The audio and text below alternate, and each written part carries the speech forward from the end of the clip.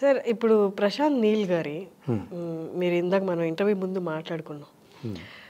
గొప్ప గొప్ప సక్సెస్లు సాధించిన వాళ్ళందరూ వాళ్ళ ప్రపంచంలో వాళ్ళు ఉంటారు. వాళ్ళకి బయట ఏవి విషయాలు పట్టవు.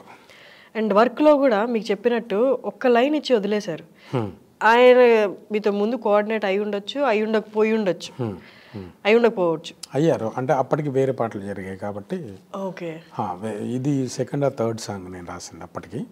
సో ముందు అంటే దాదాపు 2 years నుంచి సార్తో జర్నీ ఉంది. బట్ ఫస్ట్లో సాంగ్ షూటింగ్ అప్పుడు కలిసాం. తర్వాత మళ్ళీ సినిమా అంతా అయ్యాక మాంటేజ్ సాంగ్స్ వీటికి మళ్ళీ కోఆర్డినేషన్ స్టార్ట్ అయిందనమాట. సార్ మీరు సెట్లో కూడా ఉన్నారా షూట్ జరుగుతున్నప్పుడు? 1-2 సార్లు వెళ్ళానండి, సాంగ్ షూటింగ్కి వెళ్ళాను. ఓకే, ఒక్కసారి ఆయన ప్రశాంత్ నీల్ గారి వర్కింగ్ స్టైల్ చెప్పండి. ఆయన ఆన్ ద స్పాట్ షూటింగ్ టైంలో ఎలా ఉంటారు? అంటే ఇందాకే మనం ఇంటర్వ్యూ ముందు మాట్లాడుకున్నాం యాక్చువల్గా. రాజమౌళి గారు, ప్రశాంత్ నీల్ గారు, ఈ సందీప్ రెడ్డి వంగ వీళ్ళంతా ఇంకా వాళ్ళకి ఏది కావాలో అది వచ్చేంత వరకు వర్క్ మాన్స్టర్స్, పని రాక్షసులు అంతే, అలాగే ఉంటారనమాట. నేను చూశానండి, అంటే అంతకుముందు అయితే ఏ డైరెక్టర్ని అలా చూడలేదు. ఒక సాంగ్ షూట్ చేస్తున్నాం, పిల్లలు పాపం చిన్నపిల్లలు పాడాలి ఆ పాట. వాళ్ళకి కెమెరా ట్రాక్ అవుతుంటే కెమెరా చూడాలా, ఎటువైపు చూడాలి, వాళ్ళు భయపడుతున్నారనమాట. కిందకి చూడండి అంటే వాళ్ళు టక్కున ఎవరైనా కెమెరా ఫేస్ చేస్తారు కదా, అలా కెమెరా ఫేస్ చేస్తున్నారు. 1-2 టేక్స్ అయ్యాయి. యూ వోంట్ బిలీవ్, కింద పడుకున్నారండి ప్రశాంత్ గారు. పిల్లలకి కింద పడుకున్నారు మొత్తం మట్టిలో, అదంతా ఎర్రటి ఎండలో మట్టిలో పడుకొని లుక్ అట్ మీ అని పిల్లల్ని సర్వ్ అయిపో అంటే లో యాంగిల్ కిందికి చూడమని, నన్ను చూస్తున్నాను ఆ కెమెరా ట్రాక్ అయ్యేంత వరకు ఆయన కింద పడుకొని చెప్పారు. ఆ షాట్ 2-3 times తీశారు. ఆయన కింద పడుకొని చెప్పారు, ఆ పిల్లలకి అలా ఎక్స్ప్లెయిన్ చేశారు. నేను ఇది చూసింది ఒక్కరోజు, అలా ఈ షూట్ జరిగిన రోజులు ఆయన ఎలా కష్టపడి ఉంటారో ఊహించండి. ఆయనకి మెగాఫోన్ కూడా అక్కర్లేదు, అంత గట్టిగా అరిచేవాళ్ళు అంత క్రౌడ్కి వినపడడానికి.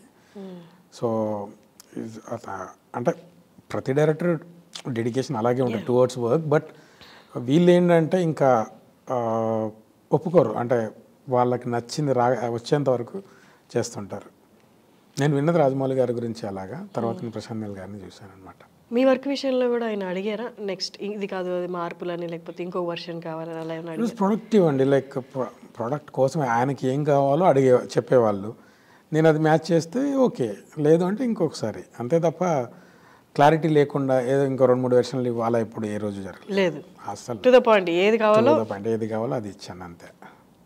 అది వచ్చేంత వరకే అడిగేవాళ్ళు అంతే. ఇందులో ఏ పాట కూడా వెర్షన్స్ రాసింది లేదండి అసలు. సో ఒకసారి చెప్పడం, నేను రాయడం, చిన్న కరెక్షన్స్ ఏమైనా ఉంటే జరిగేవి అంతే. వాళ్ళకి చాలామంది అనుకుంటారు సార్, ఇలా ఇంత గ్రాండియర్ ఉన్న సినిమా, ఇంత ఎక్స్పెక్టేషన్స్తో వస్తున్న సినిమాకి ఒక్కొక్క సీన్ మీద, ఒక్కొక్క పాట మీద ఎన్ని వర్షన్స్ రాసుంటారు, ఎన్నిసార్లు తీసుంటారు అన్న అపోహ చాలా మందికి ఉంటుంది. నేను అందుకోసమే ఈ క్వశ్చన్ అడిగాను, ఆయన వర్క్ స్టైల్ ఏంటి అని. ఎక్కడ సెట్కి వచ్చే ముందు ప్రిపరేషనే కానీ సెట్కి వచ్చిన తర్వాత కన్ఫ్యూజన్ కానీ సెకండ్ ఆప్షన్ అసలు కన్ఫ్యూజన్ అనేది అసలు నెవర్ అండి. క్లారిటీ ఎక్కువ అవడం వల్ల కూడా ఏంటంటే ఆయనకు వచ్చేంత వరకు రీటేక్స్ ఉంటాయి తప్ప కన్ఫ్యూజన్ అనేది అసలు ఏ రోజు లేదు నేను చూసినంత వరకు. అండ్ ఇంకొక